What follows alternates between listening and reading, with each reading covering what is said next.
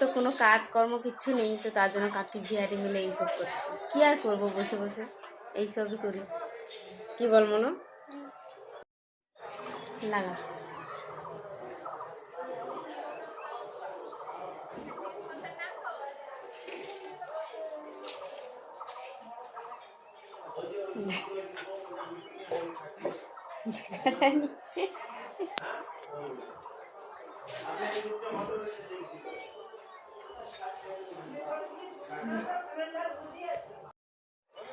এনে এটা তোর জন্য, তোকে দিয়েছি।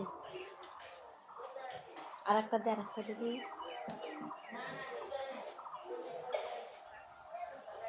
একটু গলার দিক থেকে আমার।